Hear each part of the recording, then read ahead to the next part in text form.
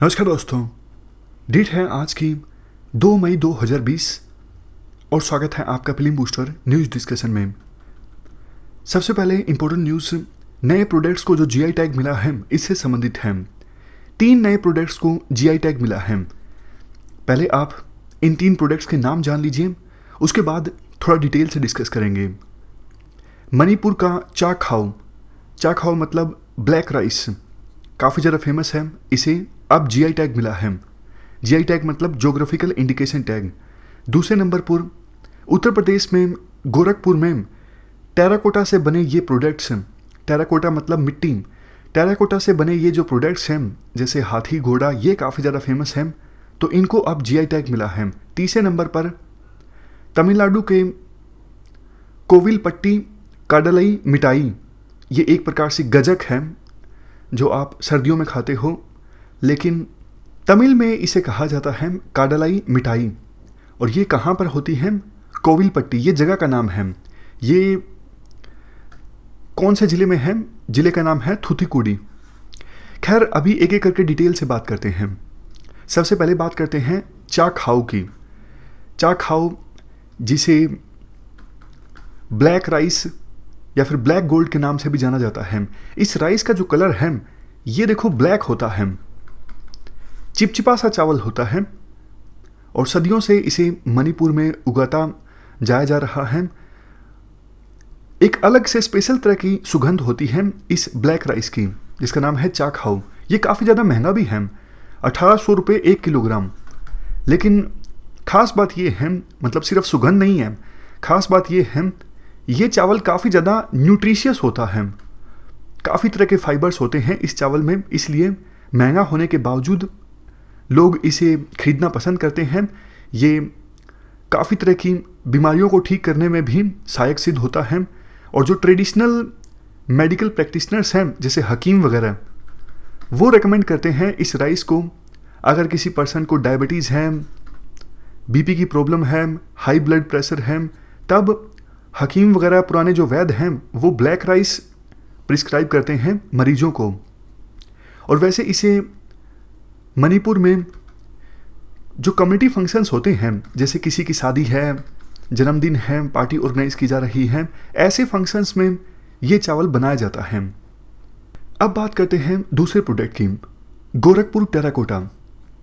गोरखपुर कहाँ पर है? यूपी में, नेपाल बॉर्डर के पास पड़ता है। गोरखपुर किस लिए फेमस है?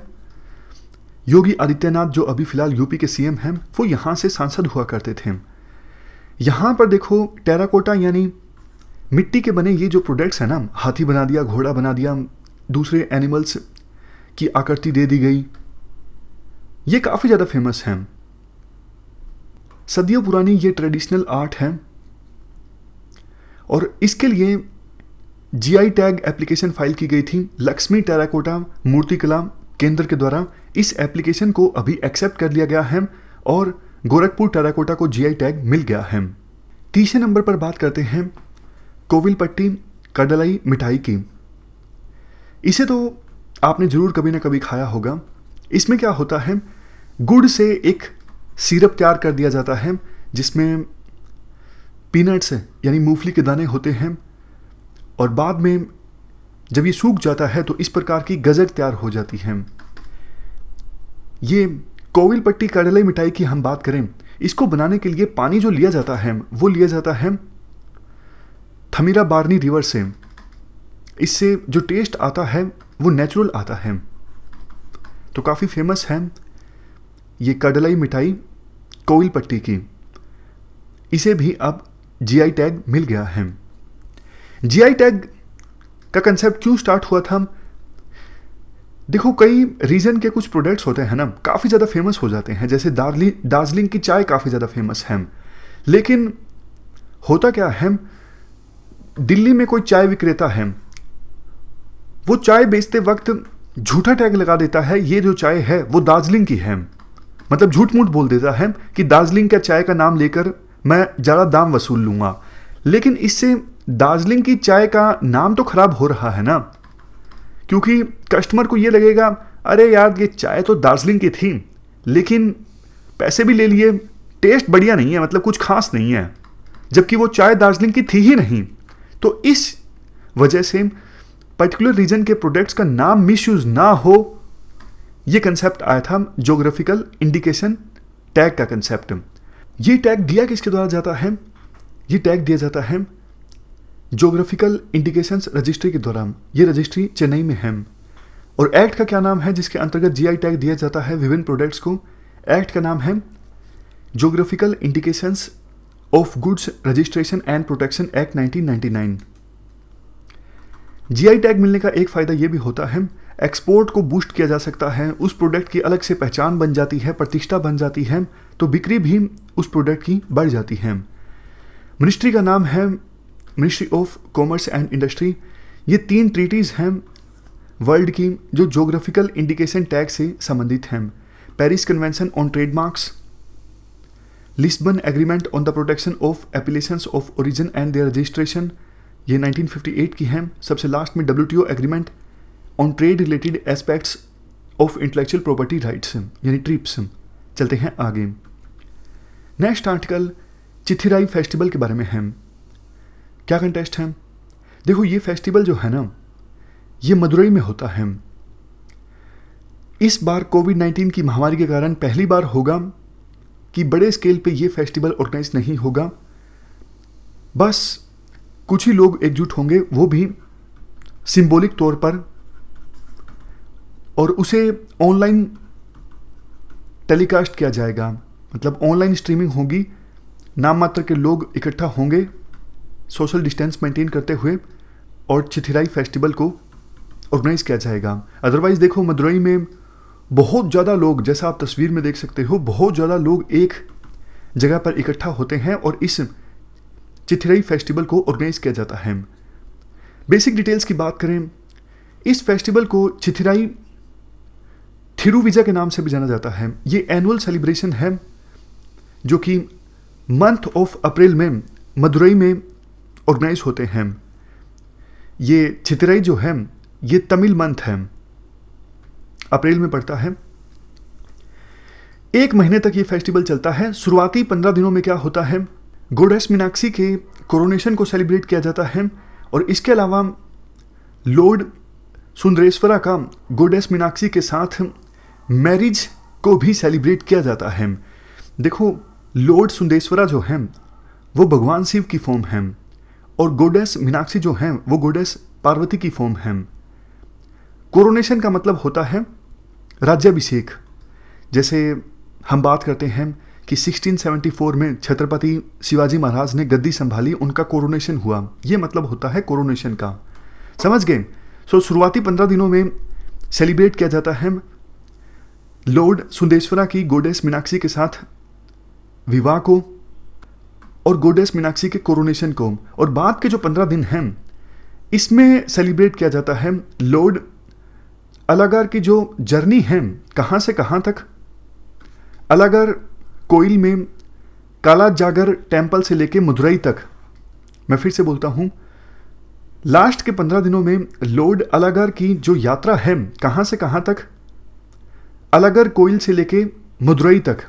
अलागार कोइल में एक टेम्पल है काला जागर टेम्पल, इस टेम्पल से स्टार्ट होकर ये जर्नी जाती है मीनाक्षी टेम्पल तक जो कि मदुरई में है।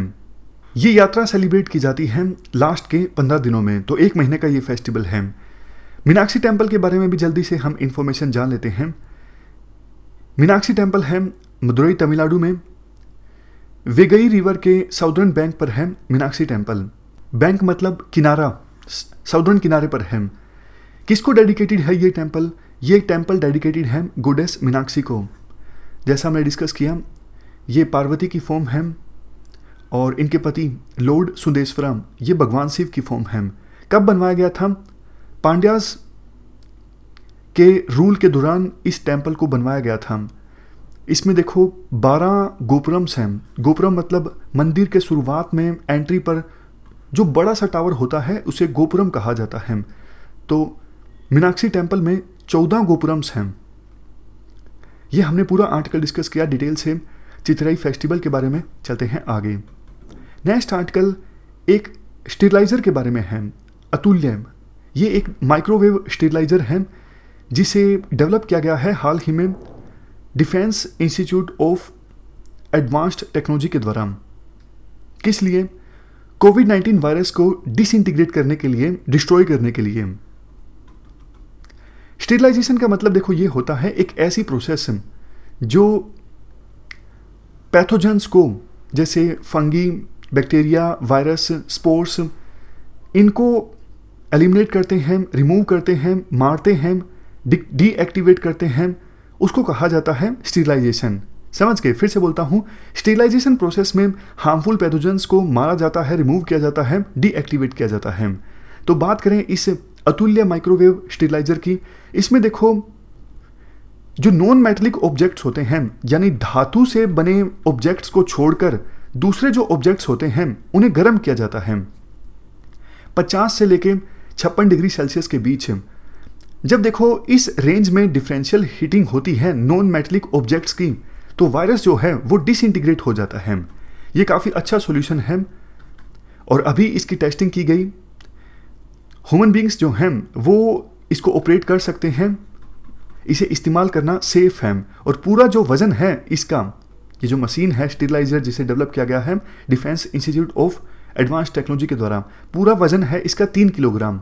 यहाँ पर देखो, और गर्म कर दिया जाता है किसी नॉन मेटेलिक ऑब्जेक्ट्स को 30 सेकंड से लेके 1 मिनट तक। तो किसी नॉन मेटेलिक ऑब्जेक्ट को अगर सैनिटाइज करना हो तो अतुल्य माइक्रोवेव स्टेरिलाइजर का इस्तेमाल हो सकता है। थोड़ी सी एक्स्ट्रा इन्फॉर्मेशन, ये defence institute of advance technology जो है ये पुणे में है, डीम्ड यूनिवर्सिटी है, जिसे सपोर्ट किया जाता है डीआरडीओ के द्वारा। डीआरडीओ देखो गवर्नमेंट ऑफ इंडिया की एक एजेंसी है जिसका काम है मिलिट्री रिसर्च एंड डेवलपमेंट। इसको इस्टेब्लिश किया गया था 1958 में। कौन सी मिनिस्ट्री के अंडर आती है ये agency? Ministry of defence. Headquarter कहाँ पर है? New Delhi, India. चलते हैं आगे। Next article global Report on Internal Displacement 2020 से संबंधित है। क्या कंटेस्ट है? हाल ही में ये रिपोर्ट रिलीज़ की गई इंटरनल डिस्प्लेसमेंट मॉनिटरिंग सेंटर के द्वारा। हर साल इस सेंटर के द्वारा ये रिपोर्ट रिलीज़ की जाती है, इस बार भी रिलीज़ की गई। वैसे आप मुझे एक बात बताइए, इंटरनल डिस्प्लेसमेंट का क्या मतलब होता है? जब देखो किसी पर्टिकुलर देश में लोग किसी रीजन की वजह से, जैसे कोई कन्फ्लिक्ट पैदा हो गया या फिर डिजास्टर आ गया, तो किसी देश में लोग इन रीजन्स की वजह से एक स्थान को छोड़कर दूसरे स्थान पर चले जाते हैं, तो इसे इंटरनल डिस्प्लेसमेंट कहा जाता है। एक देश से दूसरे देश में जाते हैं वो अलग चीज़ है, उन्हें तो फिर हम रिफ्यूजी कहेंगे, वो इंटरनल डिस्प्लेसमेंट नहीं है। इंटरनल डिस्प्लेसमेंट तो ये होती है देश के अंदर ही कुछ रीजन्स की वजह से लोग अपना घर बार छोड़कर एक स्थान से दूसरे स्थान पर जा रहे हैं। जैसे सीरिया का एग्जाम्पल ले लीजिए। सीरिया में इडलिब सिटी है, इडलिब सिटी को लेके लड़ाई चल रही है अभी असद रजीम के साथ। किसकी? टर्की सपोर्टेड मिलिटेंट्स ग्रुप्स की। तो यहाँ पर लड़ाई होगी। इडलिब सिटी में जो लोग रहते हैं वो अपना घर बार छोड़कर सीरिया की दूसरी सिटी में जाकर सेटल हो जाएंगे। सेटल होने का मतलब ये नहीं कि वहाँ भी उनका घर होगा, सेटल होने का मतलब है वहाँ पे कोई कैंप वगैरह इस्टेब्लिश होगा तो वहाँ पे वो रहने लग जाएंगे। ये इंटरनल डिस्प्लेसमेंट है। अगर इडलिब के लोग सीरिया को छोड़ के ही चले जाते हैं, दूसरे देश में चले जाते हैं, टर्की में या फिर दूसरे देश में, वो अलग इशू है, वो इंटरनल डिस्प्लेसमेंट नहीं होगा। तो रिपोर्ट की पर्टिकुलरली हम बात करें, 50 मिलियन लोग जो हैं वो इंटरनली डिस्प्लेस हुए 2019 में। सबसे ज़्यादा इंटरनली डिस्प्लेस हुए 2019 में सीरिया में। और रीजन्स जिसकी वजह से लोग इंटरनली डिस्प्लेस होते हैं सबसे ज़्यादा, कन्फ्लिक्ट यानी वार हो जाता है, सिविल वार हो गया जैसे सीरिया में चल रहा है, कोई डिजास्टर आ जाता है जैसे कोविड-19 की महामारी अभी चल रही है। 2019 में 33 मिलियन नई डिस्प्लेसमेंट्स रिकॉर्ड की गई। 2012 के बाद से ही ये देखो सबसे बड़ी फिगर है। ये सेंटर जो है इंटरनल डिस्प्लेसमेंट मॉनिटरिंग सेंटर, जिसके द्वारा global Report on Internal displacement publish की जाती है, ये सेंटर देखो इंटरनल डिस्प्लेसमेंट के ऊपर वर्ल्ड का आधिकारिक डेटा पब्लिश करता है, एनालिसिस भी किया जाता है। इसका हेडक्वार्टर है जेनेवा, स्विट्जरलैंड में। इस्टेब्लिश किया गया था 1988 में। ये सेंटर विभिन्न देशों से आह्वान करता है कि भैया आप कन्फ्लिक्ट्स को सोल्व कर लीजिए, अदरवाइज इसकी वजह से बड़ी संख्या में लोग जो हैं वो डिस्प्लेस हो रहे हैं, उनको अपना घर बार छोड़कर जाना पड़ रहा है। चलते हैं आगे। Next article MSME ideas portal के बारे में है। क्या कंटेस्ट है? यूनियन मिनिस्ट्री एमएसएमई ने ये पोर्टल लॉन्च किया है, ideas.msme.gov.in। ये पोर्टल देखो एमएसएमई से संबंधित सभी स्कीम्स की जानकारी देगा, चाहे स्कीम यूनियन गवर्नमेंट की हो, स्टेट गवर्नमेंट की हो, यूटी गवर्नमेंट की हो। किसी भी गवर्नमेंट की कोई भी स्कीम एमएसएमई से संबंधित चलाई जा रही है, उसकी जानकारी इस पोर्टल पर जाकर आप ले सकते हो। इसके अलावा आपकी कोई इनोवेशन है एमएसएमई से संबंधित या फिर कोई रिसर्च है, उसको भी आप इस पोर्टल पर जाकर शेयर कर सकते हो। जैसे मैं आपको एग्जांपल की सहायता से बताता हूँ। आपके पास एक आइडिया है कि मैं अपने घर के आसपास किसानों से फ्रूट्स और सब्जियां खरीदूंगा, उसकी प्राइमरी प्रोसेसिंग करवाऊंगा और बाद में उसका एक्सपोर्ट करूंगा या फिर ऑनलाइन पोर्टल के माध्यम से बेचूंगा। ऐसा कोई आइडिया आपके पास दिमाग में आया है? मतलब ये तो सिंप्लीफाई करके मैंने बताया, आइडिया जो है आपका वो और ज़्यादा यूनिक होगा, इनोवेटिव होगा, डिटेल्ड होगा। आप क्या करोगे, इस आइडिया को आप इस पोर्टल पर जाकर शेयर करोगे, बाकी लोग भी आपके आइडियाज़ को देख सकेंगे, आपके आइडिया को बाकी लोग रेटिंग भी देंगे कि हाँ भैया आपका आइडिया बढ़िया है। तो इस पोर्टल को ना वेंचर कैपिटलिस्ट के द्वारा भी देखा जाएगा। वो देखेंगे कि यहाँ पर ये आइडिया जो है इसे काफ़ी पसंद किया जा रहा है, हमें भी ये आइडिया पसंद आया है। तो वेंचर कैपिटलिस्ट वाले उस पर्सन से संपर्क करेंगे जिसने आइडिया शेयर किया है कि आपका आइडिया हमें पसंद आया है, हम आपको पैसा देने के लिए तैयार हैं, आप आगे बढ़िए। तो काफ़ी फायदा हो जाएगा। एक तो देखो आइडियाज़ की क्राउड फंडिंग हो जाएगी, दूसरा वेंचर कैपिटलिस्ट को भी बहुत सारे ऐसे यूजर्स मिल जाएंगे जिनका आइडिया तो अच्छा है लेकिन बिजनेस स्टार्ट करने के लिए पैसे नहीं हैं। तो कुल मिला के एमएसएमईज को काफ़ी फायदा होगा इस पोर्टल से। और जब कोई पर्सन अपना आइडिया शेयर करेगा तो वो लेवल भी बता सकता है कि मेरा आइडिया अभी कौन से लेवल पे है। सिर्फ अभी मैंने आइडिया सोचा है, या फिर मैंने नमूना तैयार कर लिया है, प्रोटोटाइप तैयार कर लिया है, या फिर मैंने अपने आइडिया को कॉमर्शलाइज भी कर लिया है, लेकिन इसे आगे ले जाने के लिए मुझे पैसों की आवश्यकता है। लेवल शेयर किया जा सकता है यूजर के द्वारा। चलते हैं आगे। अगला आर्टिकल तो देखो सिंपल है, Year of Awareness on Science and Health, YES programme. इसे लॉन्च किया गया है National Council for Science and Technology Communication के द्वारा, जो कि आता है Department of Science and Technology में। इस प्रोग्राम में अवेयरनेस फैलाई जाएगी, खास करके हेल्थ के बारे में, सैनिटेशन के बारे में, ताकि कोविड-19 की महामारी से हम आसानी से निपट सकें। ये अवेयरनेस देखो काफ़ी सारे माध्यम की सहायता से चलाई जाएगी, जैसे audio visual, digital platforms, folk dance performances, trained communicators और अलग अलग रीजनल लैंग्वेजेस में इंफॉर्मेशन स्प्रेड करने की कोशिश की जाएगी, ताकि हेल्थ और सैनिटेशन से संबंधित लोगों को ज़्यादा से ज़्यादा जागरूकता आए, उनको चीज़ें पता लगें, कैसे छींकना है, कैसे अपनी सेहत का ध्यान रखना है, फिजिकल डिस्टेंस मेंटेन करना है, किन चीज़ों से रिस्क ज़्यादा हो सकता है, सारी चीज़ें बताई जाएंगी इस अवेयरनेस कैंपेन में। Academic, research, media, voluntary organisations, इनका पार्टिसिपेशन भी सुनिश्चित किया जाएगा। तो ये है YES programme, Year of Awareness on Science and Health. चलते हैं आगे। लास्ट में तो देखो क्विक रिवीजन है, आपको बताना है ट्रू एंड फॉल्स। सबसे पहले है चक हाउ उत्तर प्रदेश और नीचे है गोरखपुर टेराकोटा मणिपुर।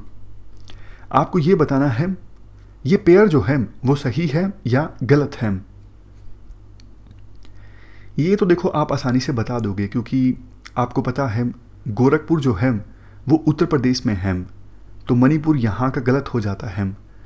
खैर ऑप्शंस और भी ज़्यादा डिफ़िकल्ट ढंग से सेट किए जा सकते थे। ये आपने जो सोचा है बिल्कुल सही सोचा है, ये फॉल्स है। चा खाओ जैसा हमने शुरुआत में डिस्कस किया था, ये ब्लैक राइस है जो कि मणिपुर का है, इसे अभी जीआई टैग मिला है। और गोरखपुर टेराकोटा ये उत्तर प्रदेश का है, तो ये फॉल्स है। दूसरे नंबर पे मीनाक्षी टेम्पल, इसको बिल्ड किया गया था पांड्यास के रूल के दौरान। कहाँ पर है? चेन्नई तमिलनाडु में। बताइए स्टेटमेंट सही है या गलत है? ये स्टेटमेंट देखो गलत है। मीनाक्षी टेम्पल चेन्नई में नहीं है, ये मदुरई में है। तो ये स्टेटमेंट भी फॉल्स है। नीचे अतुल्य, ये माइक्रोवेव स्टेरिलाइजर है, काम है कोविड-19 वायरस को डिसइंटीग्रेट करना। बताइए स्टेरिलाइजर है या सैनिटाइजर है? स्टेरिलाइजर है। तो ये स्टेटमेंट बिल्कुल सही है, ट्रू। सबसे लास्ट में Global Report on Internal Displacement 2020, ये किसके द्वारा रिलीज की गई है? Internal migration organisation, sorry International Migration Organisation. बताइए ये स्टेटमेंट सही है या गलत है? ये स्टेटमेंट देखो गलत है, क्योंकि ये रिपोर्ट पब्लिश की जाती है IDMC के द्वारा, इंटरनल डिस्प्लेसमेंट मॉनिटरिंग सेंटर के द्वारा। तो ये थी हमारी आज की डिस्कशन। फिलहाल इस डिस्कशन में इतना ही है। Thank you very much for discussion.